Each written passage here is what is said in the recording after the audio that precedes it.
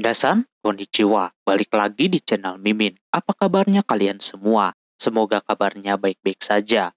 Di video kali ini, Mimin bakalan bacain alur cerita anime yang berjudul Kuroiwa Medakani Watashi no Kawaii ga Sujinai. Anime ini rilis tahun 2025, jadi ongoing. Genrenya komedi, romance, dan juga school. Oke, seperti apa alur ceritanya? Langsung saja ke video intinya. Audio Jungle. Anime dibuka dengan diperlihatkannya seorang bayi yang baru dilahirkan bernama Kawai Mona. Dia dilahirkan di Osaka. Sejak awal kelahirannya si Mona sudah menjadi pusat perhatian bayi yang lainnya. Terus dilanjutkan ketika Mona sudah masuk sekolah TK. Dia langsung menjadi populer. Banyak orang atau bahkan hampir semua orang menyukai dirinya yang cantik jelita tersebut. Bahkan ketika bermain petak umpat, mereka selalu ingin mengalah sama si Mona. Dengan populernya dia, dan banyak orang yang suka dengan keimutan dia dan kecantikannya, membuat Mona dijuluki Ratu Lebah. Singkat cerita, si Mona sudah gede. Gede dari segala-galanya lah. Dia pindah ke Tokyo dan sekarang si Mona sudah duduk di bangku kelas 2 SMA. Ohayo, watashi. Bangun tidur, dia siap-siap dan langsung pergi ke sekolah. Karena Mona suka jadi pusat perhatian, otomatis di jalan mau dimanapun orang-orang selalu memperhatikannya. Ketika sampai di sekolahan apalagi, semua murid menyapanya. Nah, ketika di kelasnya orang lain senang ketika disapa sama si Mona. Namun ada satu anak cowok Sigma pindahan baru beberapa minggu dia pindah, ini cowok anehnya kuat banget. Melihat si Mona nyapa, dia jawabnya biasa aja. Tidak seperti yang lain. Orang ini bernama Kuroiwa Medaka. Karena siswa baru, si Medaka belum memiliki baju resmi. Di sana si Mona mencoba buat menggodanya kembali biar kelihatan tertarik sama si Mona. Dengan mengajaknya berkeliling. Namun Medaka menolak. Bahkan Medaka memintanya untuk tidak dekat-dekat dengan dia.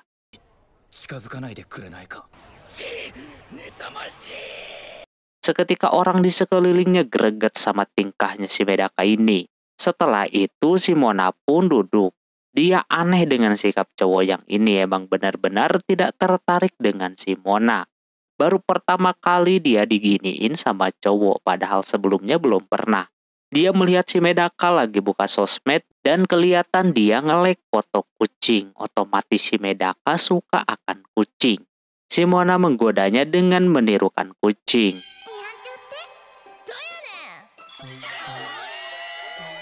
Sayangnya dengan cara seperti itu tidak membuat Medaka kelepek-kelepek.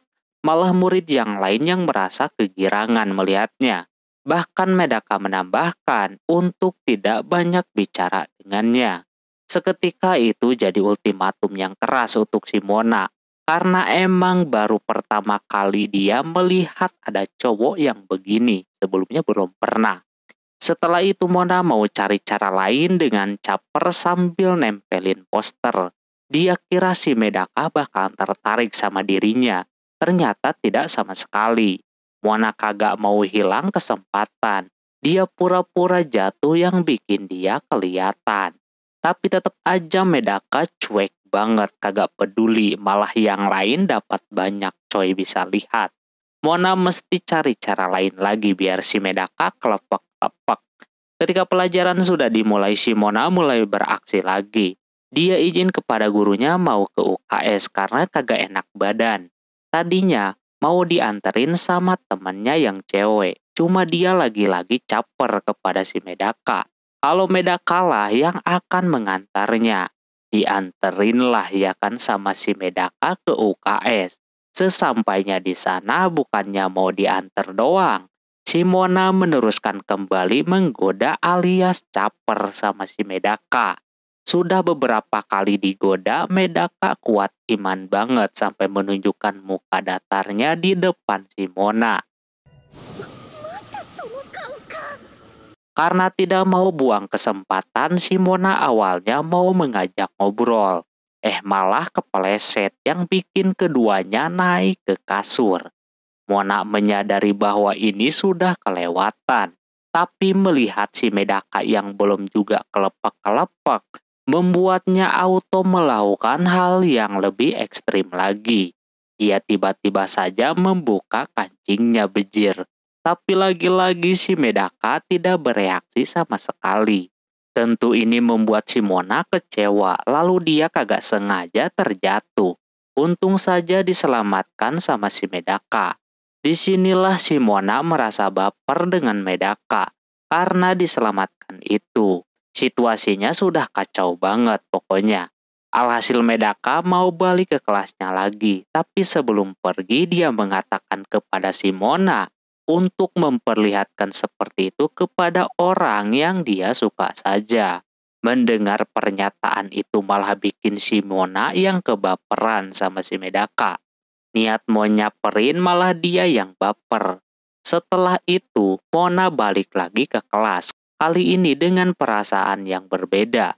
Mungkin karena malunya yang tadi belum hilang.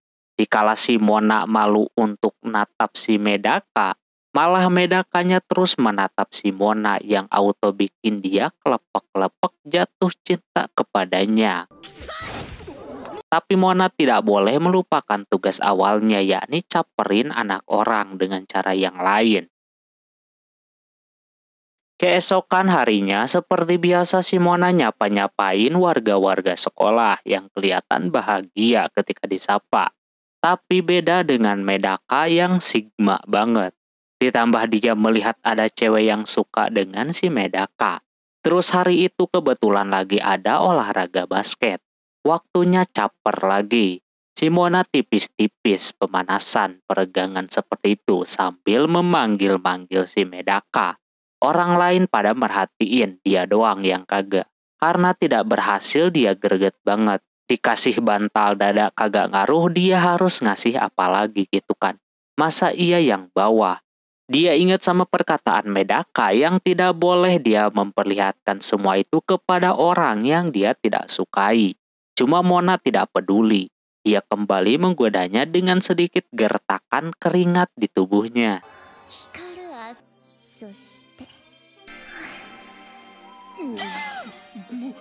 Orang lain pada nyembah-nyembah. Lah Medaka biasa aja. Dia cuma bisa merukiah dirinya sendiri biar imannya kuat. Dikasih begituan juga gagal maning. Selesai olahraga, si Medaka pergi untuk mendinginkan kepalanya. Disusul sama si Mona yang kesana juga.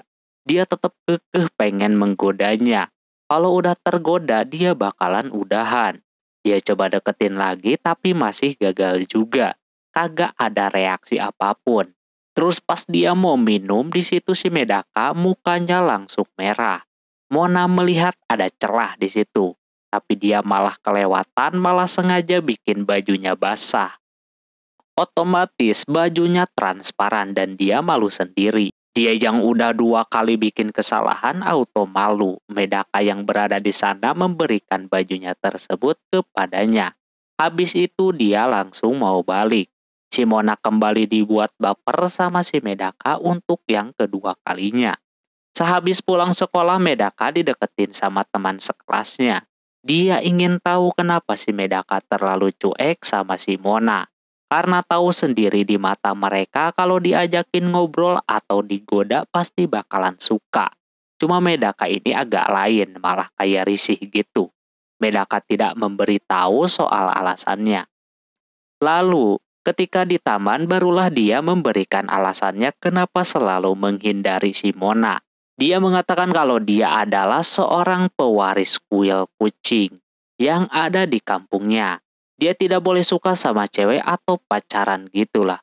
Orang itu menyuruh Medaka setidaknya untuk berteman atau tidak jutek-jutek amat gitu kan. Si Medaka sebenarnya tidak bisa nolak kalau digoda seperti itu. Apalagi dia sudah mendapatkan hal-hal yang mungkin di luar nalar. Cuma dia ingat sama misinya untuk menguatkan imannya dan menjauh dari cewek-cewek yang mendekatinya. Bisa-bisa dia jatuh cinta gitu kan. Katanya di kampungnya soalnya cuma ada lansia dan juga kambing. Jadi melihat cewek kawaii seperti si Mona itu jarang banget, paling lihat di TV doang. Jadi itulah alasan mengapa di sepanjang cerita Medaka selalu bilang rukiah pikiran. Keesokan harinya si Mona kembali mendekati si Medaka. Kali ini dia memberikan baju yang kemarin yang dia kasih pinjem. Katanya bajunya itu udah dicuci, terus dia goda aja dan bilang dia sengaja mencucinya biar si Medaka bisa mencium wanginya. Medaka belum juga luluh sama si Mona. Cerita akan terus berlanjut dengan usaha Mona yang lainnya. Singkat cerita macam biasa, si Mona bangun dari tidurnya dan bersiap untuk pergi ke sekolah. Di perjalanan udah nggak aneh lagi Mona menjadi pusat perhatian orang. Karena emang dari segala aspek Mona sudah plus-plus lah nilainya. Sesampainya di sekolah hari itu ada pelajaran seni gitu. Kebetulan murid disuruh buat menggambar orang yang akan menjadi modelnya. Si Mona kebetulan jadi model untuk si Medaka. Seketika pada sumringah dengan posenya si Mona ini, yang agak terlalu ekstrim. Cuma Medaka menahan imannya dengan mengalihkan perhatiannya ke hal yang lain. Padahal dia mengakui kalau si Mona ini kawaii. Dia meminta kepada si Mona juga untuk menggunakan posenya yang biasa aja. Mona mencoba mencari referensi posenya. Nah, kagak sengaja dia ingat sama yang kemarin kena air itu. Dia akan menggunakan pose itu aja, lagian waktu itu si Medaka kayak langsung tertarik. Dicobain lah ya kan posenya. Orang lain sih langsung kelepek-kelepek, tapi Medakanya sendiri kayak menahan-nahan biar kuat imannya. Menghadapi gempuran si Mona yang tiada henti. Mona merasa pakai cara ini juga gagal. Di sisi lain ketika sedang menggambar, Mona berasa diperhatikan sama cewek yang ada di dekatnya. Awalnya dia cuek aja dan meneruskan menjadi model. Dikala sedang digambar, Mona malah salah tingkah ketika si Medaka terus memandanginya kayak gitu. Biasanya juga dia jutek gak mau melihatnya. Giliran kayak gini, dia fokus terus. Harusnya Medaka seperti ini terus kepadanya. Orang tadi pun melihat si Mona lagi yang bikin Mona rada curiga. Ini orang berdua memperhatikannya dengan baik. Terus Mona menanyakan si Medaka sedang menggambar di area mana. Medaka bilang saja kalau dia sedang menggambar di area leher. Seketika si Mona langsung panas dingin ya kan kalau si Medaka lagi merhatiin lehernya.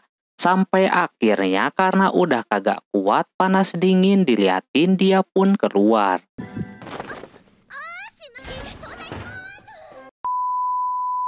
Padahal belum selesai. Setelah semuanya beres, lukisan Medaka juga sudah beres. Dua temannya itu menanyakan mau diapain itu gambar. Kelihatan Medaka membuatnya menggunakan hati. Hasilnya bagus banget kayaknya.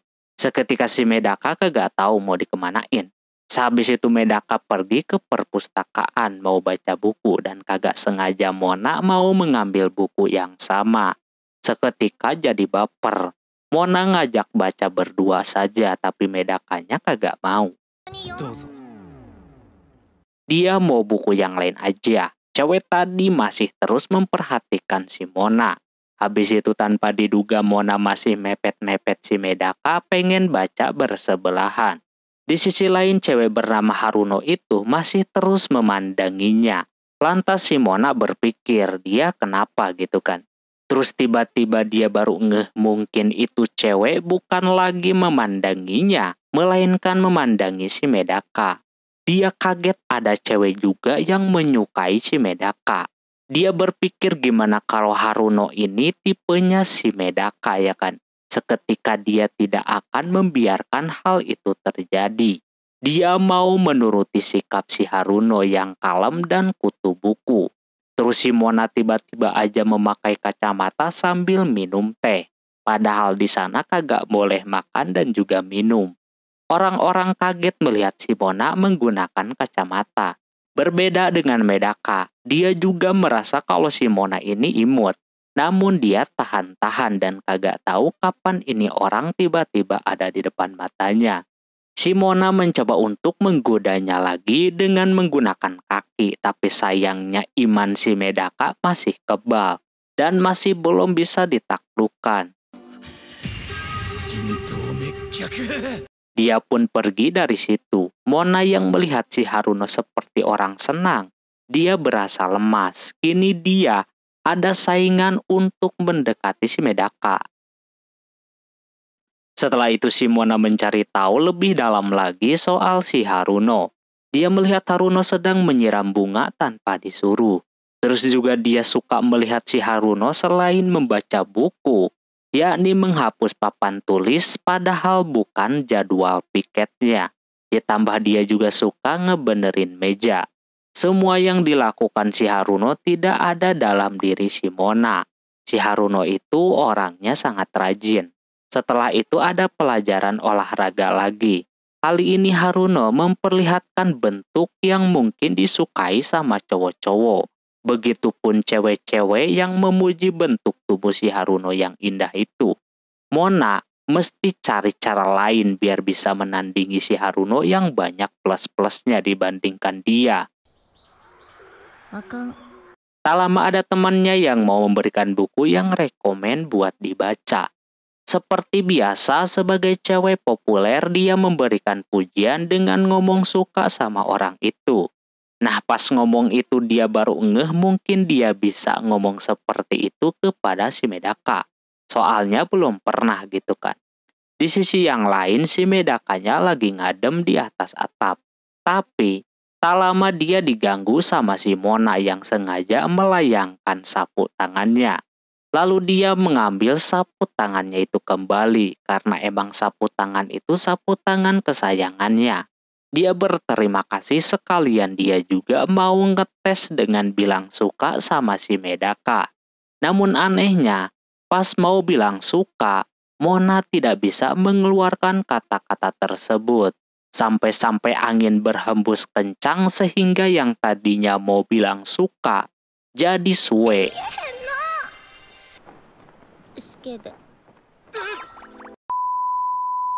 Karena angin makin besar, si Mona pun langsung masuk. Dia akan berbicara lagi lain kali. Di perjalanan dia merasa aneh kenapa susah banget bilang suka sama si Medaka. Aneh ya kan? Setelah itu bakalan ada pengundian untuk menjadi komite festival. Mona sudah lelah, harus gimana lagi biar dia unggul melawan Haruno. Nah, tanpa disangka pas pengundian itu yang jadi orang pertama yang jadi komite festival itu adalah Haruno. Medaka tidak ikutan jadi komite. Pas giliran si Mona maju, dia yang akan bekerja sama dengan si Haruno jadi komite festival. Pada akhirnya dia kena getahnya juga. Terus mereka berdua berunding soal konsep untuk festivalnya nanti.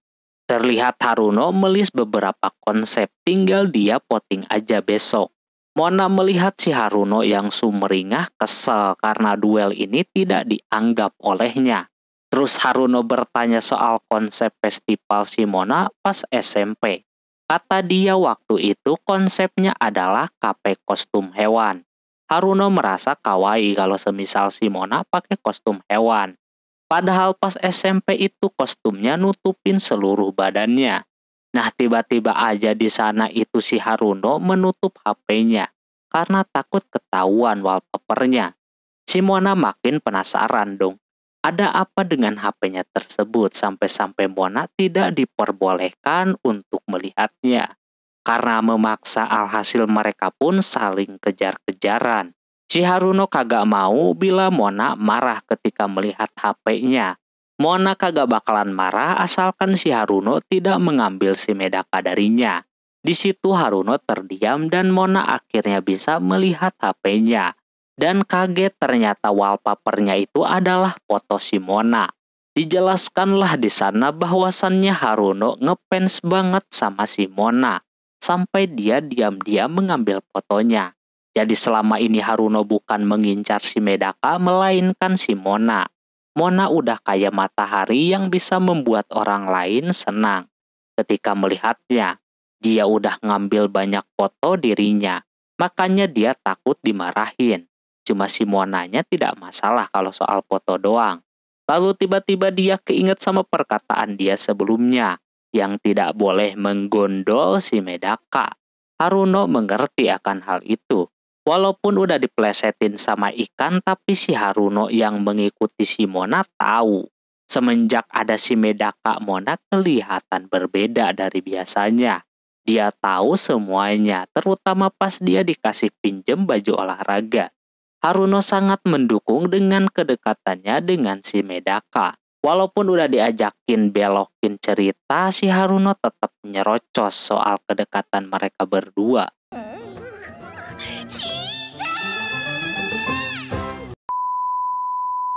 Oke, mungkin segitu dulu untuk episode kali ini. Bila anime ini mau dilanjutkan, silakan like yang sebanyak-banyaknya. Mohon maaf bila ada kesalahan dalam penyebutan nama, tempat, atau yang lainnya. Dan sampai jumpa di episode selanjutnya. Jamata nih. Bye-bye.